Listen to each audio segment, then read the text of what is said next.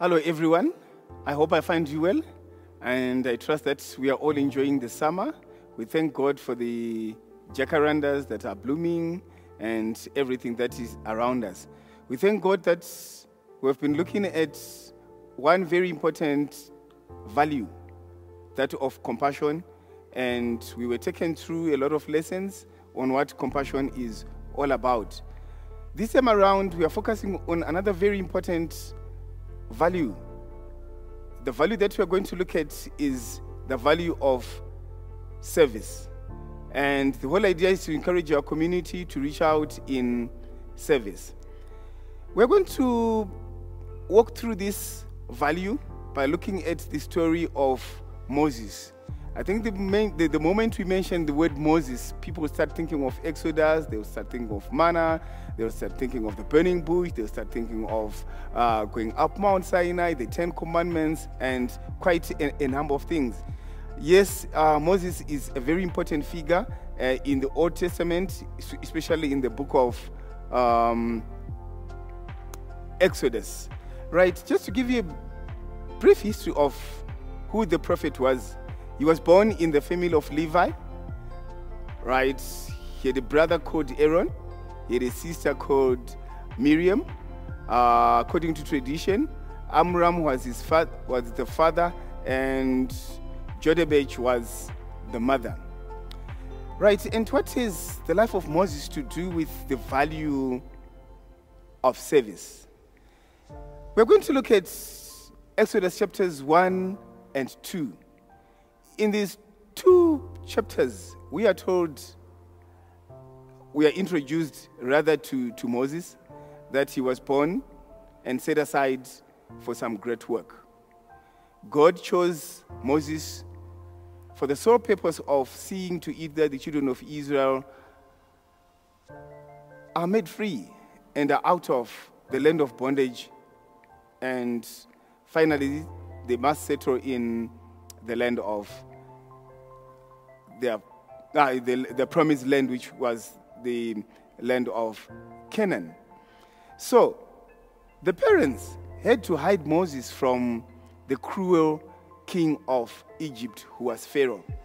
Pharaoh didn't want the growth of the Jewish nation. He didn't want the Hebrews to grow in numbers because he thought one day that these guys were going to overthrow him. So he came up with a very sadistic idea. Imagine having to kill all the Hebrew boys because he thought one day these guys are going to come up and fight him and overthrow him, take over his land and people and wealth. So he made up his mind to kill these people. But God had a plan. The plan was to spare the life of Moses, to set him apart, and to use him. So he was to be of service to his own people. So what we're going to look at this time around in this first session is we must schedule time and place to be with God each day. We are going to save God first. We are going to save time. We are going to set aside time for us to be with God. My challenge is we must all build a relationship with God. How do we build a relationship with God? How can we serve God? We can serve God by setting aside time every day, setting aside a place every day to be with God. My personal time is early in the morning. That's my quiet time with the Lord. I make it a point to make an appointment with the Lord every morning. I have a special place where I meet him in a quiet room, away from all the distractions, from all the noise, and I have time with the Lord. Just like what God did with Moses. There was a time when God said, Moses, this is your time. You are going to be in the basket. You are going to be in River Nile. But I'm going to raise you to become a savior of these people. The time was set by God.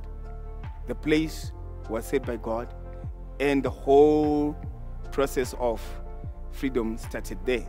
So what I'm encouraging you guys, and what my encouragement to you today is, let's set time every day, and let's find a place every day, a usual place where we can be with the Lord.